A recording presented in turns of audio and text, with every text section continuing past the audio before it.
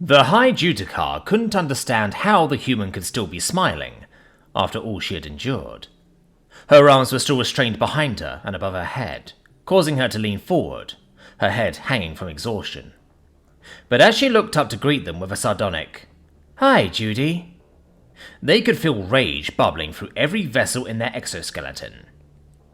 "Human spy," they began. She chuckled, coughing and spitting a bit of blood on the floor. "Oh, really, Judy, we're past formalities like that. It's Marcy, like I told you before." The High Judicar suppressed the growl suddenly building in their throats and reiterated, "Human spy.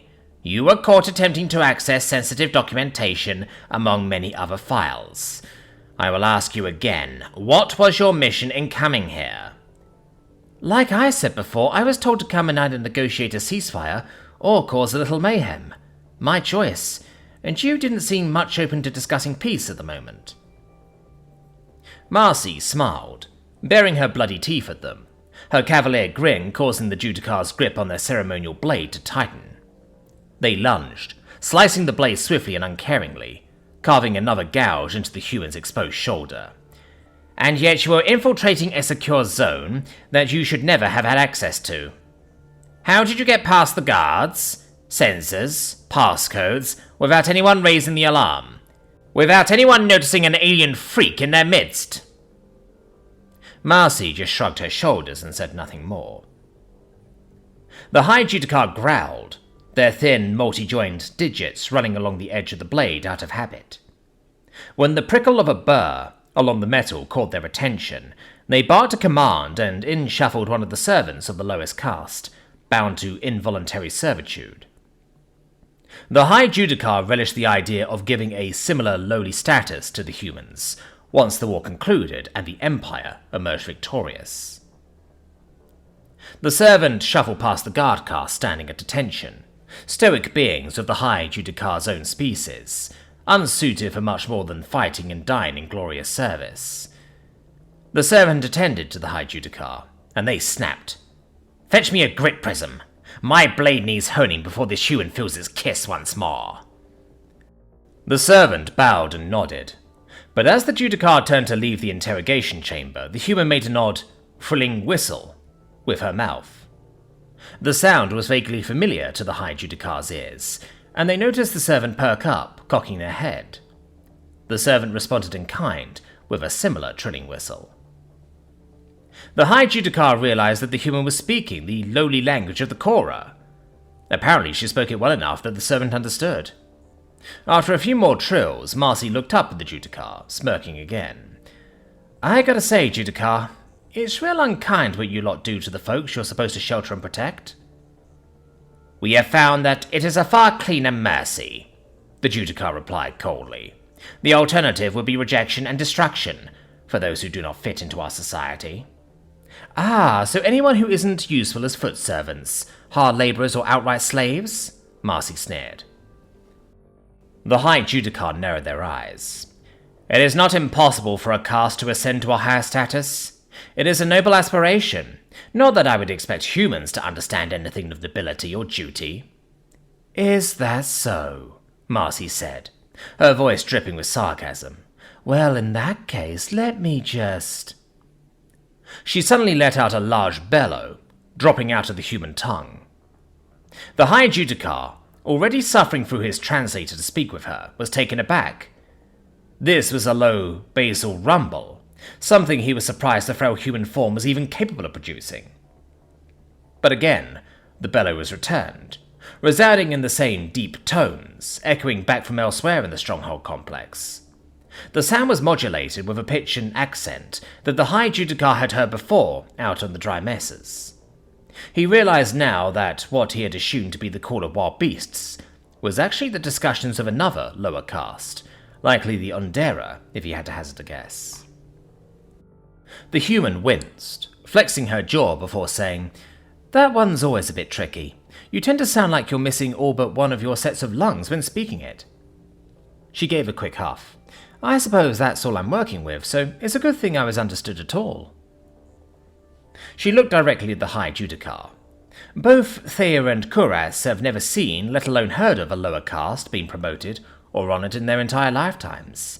And the Undera have long lifespans, so that's quite some time your whole system's been stagnant. The High Judicar was enraged, the human daring to lecture him, based on the word of mere Underas he had never cared nor needed to learn the names of, and was about to lunge forward to assault the human when one of the guards snapped to attention. They touched their earpiece, and in their own speech they said, "High Judicar, there is a message from the Fleet Admiral, marked high priority." With a hiss, the High Judicar turned away from his lunge toward the human and stalked over to the communications console in the chamber.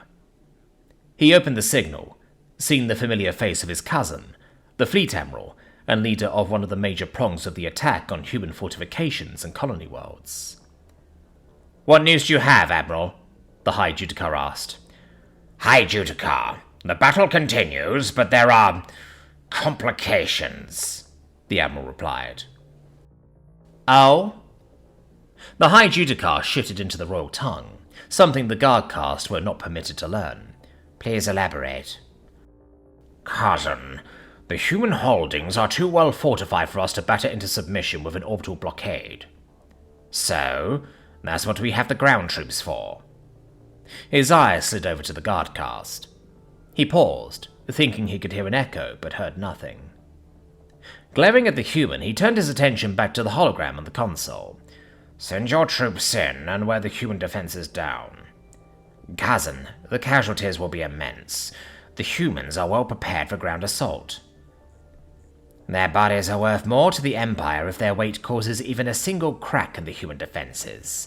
They breed and smell like sewer worms, so even if your forces are depleted, you shall have enough to take the next human planet in the same manner in just a year," the High Judicar said coldly. The Field Admiral saluted, but there was something off. The High Judicar felt a strange echo in his mind, an odd sense that something was amiss. Looking around, he realized the human's lips were moving slightly, whispering. She wasn't speaking in the human tongue, but in his own. Worse still, it was the low tongue, the speech of the guard caste, and she was repeating the very words he had just spoken to his cousin in confidence. He raised his hand to strike her, but before the blow could land, it was stopped by the bulky, overdeveloped arm of the guard. "High Judicar," the guard said firmly, "we are not sewer worms." "You are what I say you are, and you shall spend your lives in service as I choose," he hissed back, but to his shock, the guard still held his arm firm. As they did so, the other guard began unclasping and unlocking the human's chains. "What? How? Where did you get the key?" the High Judicar demanded, his eyes darting around before resting on the servant, who he had forgotten was still in the room. The servant gave a small trill and smiled before turning to the human. They held out the ceremonial blade that the High Judicar had ordered to be sharpened. The edge gleamed perfectly, but now the human picked it up, hefting it carefully before lowering the point directly to the High Judicar's throat. Smiling, the human spy stood, stretching and flexing, while keeping the blade leveled at him. "It always amazes me how many opportunities open up when you know how to speak the lingo," she said. "Now, Judy, let's talk about a ceasefire."